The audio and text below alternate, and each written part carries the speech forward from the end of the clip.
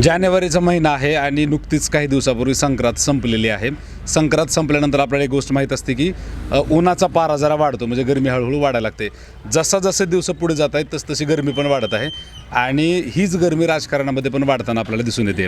म्हणजे प्रत्येक मुवमेंटला इथं राजकारण बदलत असतं, माणसं या पक्षातून त्या पक्षात जातात, बऱ्याचशा गोष्टी घडत असतात.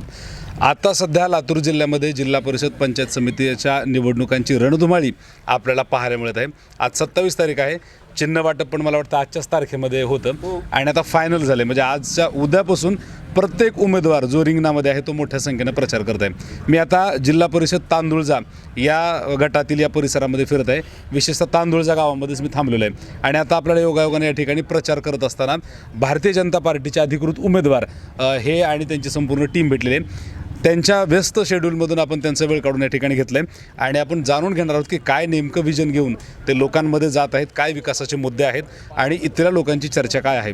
मगाशी आपण ग्राउंड रिपोर्टसुद्धा घेतला. आता आपण वैयक्तिक उमेदवारांसोबत चर्चा करूयात. माझ्यासोबत भारतीय जनता पार्टीचे तांदुळजा जिल्हा परिषद गटाचे अधिकृत उमेदवार दीपकजी वांगस्कर सर या ठिकाणी आपल्यासोबत आहेत. सर, तुमचं चॅनलमध्ये खूप खूप स्वागत आहे.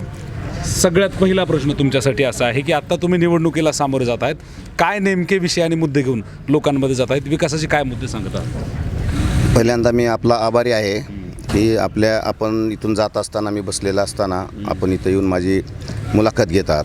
आम्ही आत्ताच जस्ट सगळे आमचे प्रचार करून इथं येऊन चहासाठी बसलेलो आहोत. बरोबर. पहिल्यांदा भारतीय जनता पार्टीनं मला उमेदवारी म्हणून तांदुळजा सर्कलमधून उमेदवारी दिलेली आहे. मी पक्षाचं खूप खूप अभिनंदन करतो. पहिला मुद्दा असा आहे की पक्षानं जे उमेदवारी दिलेली आहे, तांदुळजा सर्कलमध्ये जे काही प्रश्न आहेत त्या प्रश्नाचं प्राधान्यानं कसं सोडवता येतील ह्या दृष्टीनं मी तो विचार करत आहे. पहिल्यांदा ग्रामीण भागामध्ये रस्ते, पाणी, लाईट ह्या क्षुल्लक गोष्टी असतात, खूप मोठ्या गोष्टी नसतात. तर रस्ते आणि पाण्याच्या दृष्टीनं ज्या काही अडचणी असतील शेतकऱ्यांच्या किंवा जनतेच्या, त्या सोडवण्यासाठी मी कटिबद्ध आहे आणि मी ते सोडवणार आहे. ठीक आहे. म्हणजे शेत रस्त्याचे मोठे प्रश्न या परिसरामध्ये आपल्याला पाहायला मिळतात. मागच्या टर्ममध्ये सुद्धा भारतीय जनता पार्टीचे 3 उमेदवारीतून होते असं आपल्याला समजतं. आणि मग अशा परिस्थितीमध्ये आणखी काही कामं राहिलीत, या संदर्भात काय वाटतं तुम्हाला? जे काही कामं कधीच संपत नसतात. कामं कंटिन्यूस चालू असतात. जग वाढत आहे, लोकसंख्या वाढत आहे, शेतकऱ्यांचे प्रश्न आहेत किंवा जनतेचे प्रश्न आहेत. जे काही अर्धवट रस्ते असतील किंवा ज्या काही योजना असतील शासनाच्या पूर्ण झालेल्या नाहीत आणखीन, तर त्या योजना अगोदर मी त्या पूर्ण करेन आणि नंतर जनतेच्या ज्या काही नवीन योजना मागणी आहे, कोणाचे रस्ते असतील, पाण्याचं असेल, लाईट DP शेतकऱ्यांना लाईटचा प्रश्न होता, तो आता बऱ्यापैकी शासनानं त्या सोलार मार्फत प्रत्येक शेतकऱ्याला सोलार दिलेला आहे. त्याच्यामुळे लाईटची मागणीसुद्धा कमी झालेली आहे. शेतकऱ्यांना लाईट पूर्ण दिवसभर शासनानं दिवसासाठी दिलेली आहे की जेणेकरून संध्याकाळी शेतकऱ्यांना त्रास होऊ नये. दुसरा मुद्दा असा आहे की शासनानं सोलारच्या ज्या योजना दिल्या आहेत, मागल त्याला सोलार, त्यामुळे शेतकऱ्यांना त्याचा खूप मोठा फायदा झालेला आहे. आणि शेतकरी हा महत्त्वाचा आपल्या भारतामध्ये केंद्रबिंदू आणि तळागाळातील शेतकरी आहे. त्यासाठी शासनाचं सगळ्यात महत्त्वाचं शेतकऱ्याकडे बघण्याचा दृष्टिकोन खूप पॉझिटिव्ह आहे. ठीक आहे. तर आपण शेतकऱ्यांविषयी आता आपण एवढं बोलतोय, आम्ही ज्या मतदारसंघात जातोय, ज्या लोकांसोबत आपण चर्चा करतोय, तर त्या ठिकाणी रस्ते, नाली आणि लाईट, पाणी हे कॉमन प्रश्न चर्चेले जात आहेत. शेतकऱ्यांच्या संदर्भामध्ये काही वेगळे योजना किंवा काही तुमच्या डोक्यामध्ये आहे का विषय? सगळ्यात महत्त्वाचं शेतकऱ्यांसाठी या भागातल्या आमच्या ह्या सर्कलमध्ये धनेगाव डॅमवरून कॅनल आलेला आहे आणि दुसरं एक रायगाव डॅम आहे, तिकडून पण कॅनल आलेला आहे. पण रायगाव डॅम झालेला आहे, तिथं पाणी 4 वर्षाला 2 वर्षाला कधी तर भरते, जेणेकरून छोटी नदी आहे, त्या नदीचं छोटी नदी असल्यामुळे डॅम भरत नाही. परंतु धनेगाव डॅमवर मोठी नदी असल्यामुळे डॅम हा सतत भरत असतो आणि पाणी दरवर्षी खूप वेस्टेज जाते. मग ते पाणी पाईपलाईनद्वारे रायगाव डॅममध्ये कसं आणता येईल व ते पाणी शेतकऱ्यांना कॅनलद्वारे शेतीसाठी कसं उपयोगात आणता येईल. जे सगळ्यात महत्त्वाचं ते हे बंद असल्यामुळं पाणी कॅनल बंद असल्यामुळं, पाणी नसल्यामुळं कॅनल बंद होतं आणि कॅनलचं मेंटेनन्स खूप मोठ्या प्रमाणात आहे. सुरुवातीला पहिल्यांदा कॅनलचं मेंटेनन्स करणं महत्त्वाचं आहे आणि धनेगाव डॅमचं पाणी रायगाव डॅममध्ये आणणे. पहिल्यांदा सुरुवातीला आधी हा मुद्दा हातात घेईल मी की रायगाव डॅमचं पाणी कॅनलद्वारे कसं येण्यासाठी काय प्रयत्न करता येईल आणि रायगाव डॅमच्या कॅनलची जी दुरुस्ती आहे ती सुरुवातीला हातात घेऊन ते शासन दरबारी मांडून मी ते पूर्ण करेल. ठीक आहे, म्हणजे हा एक वेगळेपण किंवा वेगळा मुद्दा आहे असं म्हणायला हरकत नाही, कारण हा लॉंग टर्मचा मुद्दा आहे. म्हणजे हे जर काम झालं तर शेतकऱ्यांना भविष्यात बऱ्याच दिवसासाठी याचा फायदा होईल. शासन दरबारी मी 100% ह्या गोष्टीला महत्त्व देऊन प्राधान्यानं पाणी लाईट हे तर काय रेग्युलर गोष्टी आहेत, परंतु हा मुद्दा माझ्या डोक्यामध्ये खूप महत्त्वाचा आणि मोठा आहे. त्यासाठी मी अगोदर निवडून आल्यानंतर अगोदर मी त्या मुद्द्याला धरून शासनाच्या दरबारी मी प्रयत्न करेल. ठीक आहे, तर सर पुढचा प्रश्न असा आहे की बऱ्याचदा लोकांची अशी तक्रार असते, आपण ज्यावेळेस ग्राउंड रिपोर्टिंग करतो लोकांपर्यंत महिलांपर्यंत जातो, की कधी कधी लोक असं म्हणतात की काही उमेदवार निवडून आल्यानंतर आमच्याकडे अजिबात फिरकत नाहीत, आमच्याकडे येत नाहीत, 5 वर्षानंतरच परत मत मागायला येतात. असे प्रकार का घडत असतील आणि असं काही होईल का आपल्याकडून इकडं असं वाटतं? पहिला मुद्दा लातूर जिल्ह्यातल्या अख्ख्या महाराष्ट्रातल्या जनतेला माहिती की भारतीय जनता पक्षाचे आमदार त्या ठिकाणी दिवसभर सतत भेटत असतात. उदाहरणार्थ आमचे आमदार माननीय रमेश अप्पा कराड, तुम्ही कधी लातूरला गेल्यानंतर त्यांच्या ऑफिसला तुम्ही कधी 10च्या नंतर जावा, ते तुम्हाला सहज उपलब्ध होतील. कुणाला मध्यस्थी घालायची नाही, कुठल्या PA बोलायची गरज नाही. तुम्ही ताबडतोब जाऊन कुणालाही शेतकऱ्यांना विचारा, माझ्या परस्पर आणखी इथं अवतीभोवती कुणालाही विचारा, ते कंटिन्यू सतत लोकांना भेटतात व लोकांच्या जनतेच्या अडचणी सतत सोडवत असतात. हा पहिला मुद्दा. दुसरा मुद्दा, उमेदवार भेटत नाहीत, हा मुद्दा भारतीय जनता पक्षामध्ये तर लागू होत नाही. होत असेल इतर पक्षात, मी कोणत्या पक्षाचं नाव घेत नाही, परंतु मी उमेदवार म्हणून सतत 5 वर्ष, आता बी यापूर्वी मी मसला गावचा आहे, शेतकरी कुटुंबातला आहे, मी गावातच राहतो, पण इथून पुढेही मी कंटिन्युअस सतत जनतेच्या सेवेसाठी या मतदारसंघामध्ये मी प्रत्येक आठवड्यातून एक दिवस एका गावाला मी जाण्याचं ठरवलेलं आहे आणि एक आगळं वेगळं मतदारसंघामध्ये काम करण्याचा प्रयत्न करणार आहे. सगळ्यात महत्त्वाचा मुद्दा साहेब माझं सांगणं असं आहे की प्रत्येक जनतेला, सर्वसाधारण माणसाला शहराच्या ठिकाणी जिल्हा परिषद पंचायत समितीला दररोज कामं छोटे मोठे असतात, शेतकऱ्याचे असतात, पगारी आहेत, अल्पभूधारक आहे, काही असेल त्या ठिकाणी जावं लागतं. मी आत्तापर्यंत महाराष्ट्रामध्ये कुठेही असं घडलेलं नाही. आता घडवायचं आहे की तांदूळजा सर्कलमध्ये एक शासनाच्या दरबारी असा विषय मांडून की लोकांना कुठेही जाण्याची, लातूरला जाण्याची गरज भासू नये यासाठी, जसं ग्रामसचिवालय असतं त्या ठिकाणी सगळ्या सुविधा असतात, तसं तांदूळजा सर्कल मध्ये तांदूळजा येथे विभागीय सर्कल हे शासनाकडे मांडून, जेणेकरून लोकांना तांदूळजाच्या बाहेर या 15 गावातली लोकांना या सर्कलमध्ये तांदूळजाला आल्यानंतर सर्व सोयी, प्रत्येक गोष्ट याच ठिकाणी, स्टाफ खूप लागणार नाही शासनाला, सगळे ऑनलाईन झालेले आहे. मोदी सरकारने सगळ्या गोष्टी ऑनलाईन केलेल्या आहेत, परंतु छोट्या छोट्या गोष्टीसाठी त्यांना जावं लागतं.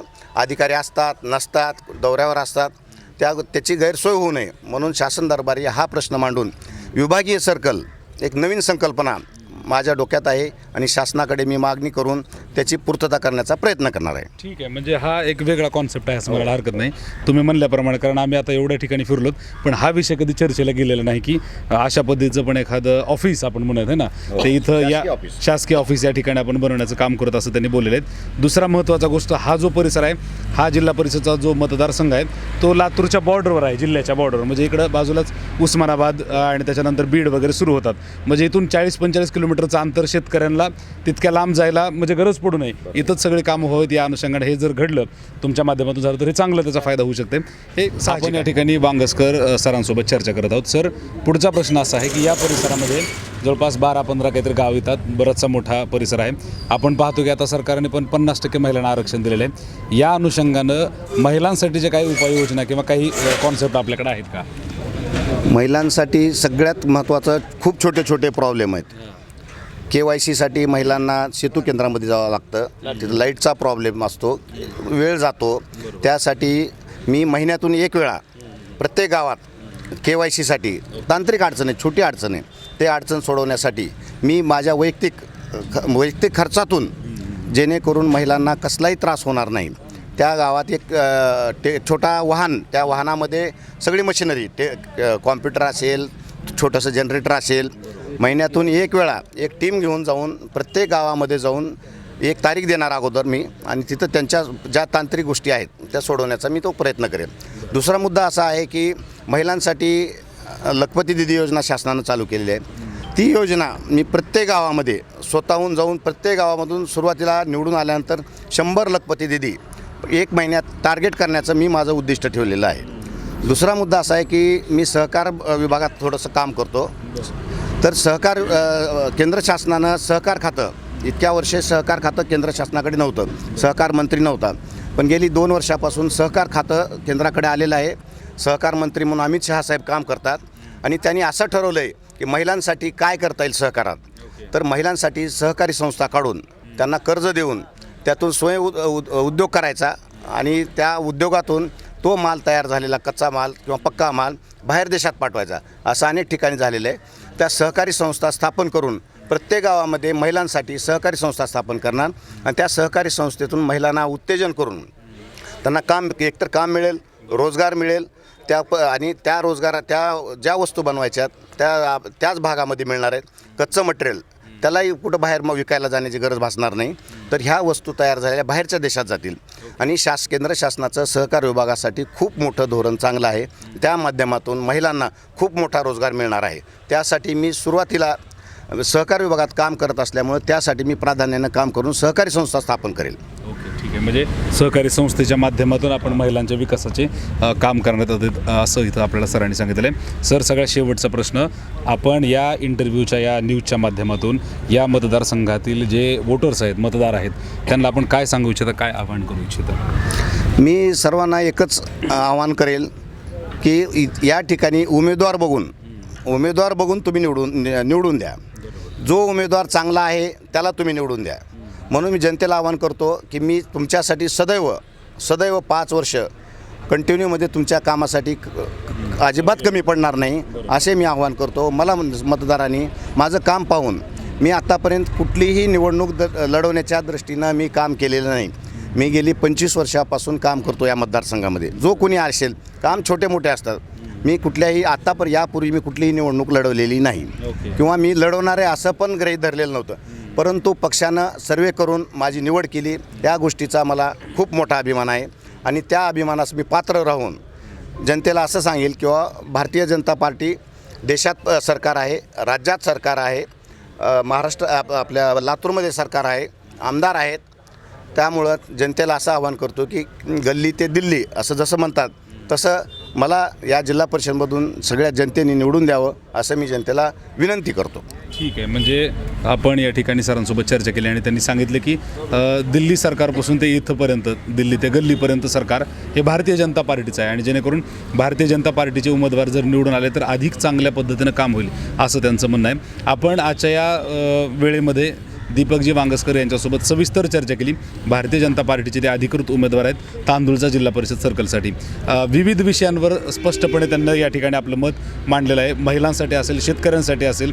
2-3 महत्त्वाच्या गोष्टी मला या ठिकाणी वाटल्या की एक विभागीय कार्यालय हे एक युनिक गोष्ट वाटली. त्याचबरोबर शेतकऱ्यांसाठी जे डॅमचं पाणी या साईडला घेऊन येऊ असं त्यांनी सांगितले, हे पण एक वेगळी गोष्ट आहे. आणि सहकार क्षेत्रातून महिलांना आम्ही सहकार्य करू, त्यांच्यासाठी वेगवेगळ्या संस्था निर्माण करून त्यांना कशा पद्धतीनं स्वयंरोजगार निर्माण करता येईल याच्यासाठी आपण प्रयत्न करू. हे 2-3 महत्त्वाचे आणि युनिक मुद्दे आपल्याला वाटले आहेत. आपण ज्या प्रश्नांची त्यांना प्रश्न केले, जे प्रश्न विचारले, अगदी स्पष्ट आणि सहजमध्ये त्यांनी या गोष्टीचं आपल्याला उत्तर दिलेलं आहे. बघूया येणाऱ्या काळामध्ये जनता कशा पद्धतीने या विषयाकडे पाहते आणि कशा पद्धतीनं इथले मतदार या निवडणुकीला सामोरे जातात. दुसऱ्याही पक्षाचे उमेदवार या ठिकाणी मैदानामध्ये आहेत. आपण त्यांच्यासोबत सुद्धा चर्चा करू आणि पाहूया काय त्यांचं सुद्धा विजन आहे. तुम्ही पाहताय महाराष्ट्र जीवन न्यूजचं विशेष अपडेट.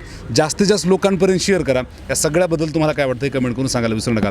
व्हिडिओ जर्नलिस्ट माझे सहकारी आदित्य यांच्यासोबत मी व्यंकटेश नरसिंगे, महाराष्ट्र जीवन न्यूजसाठी तांदूळजा, लातूर.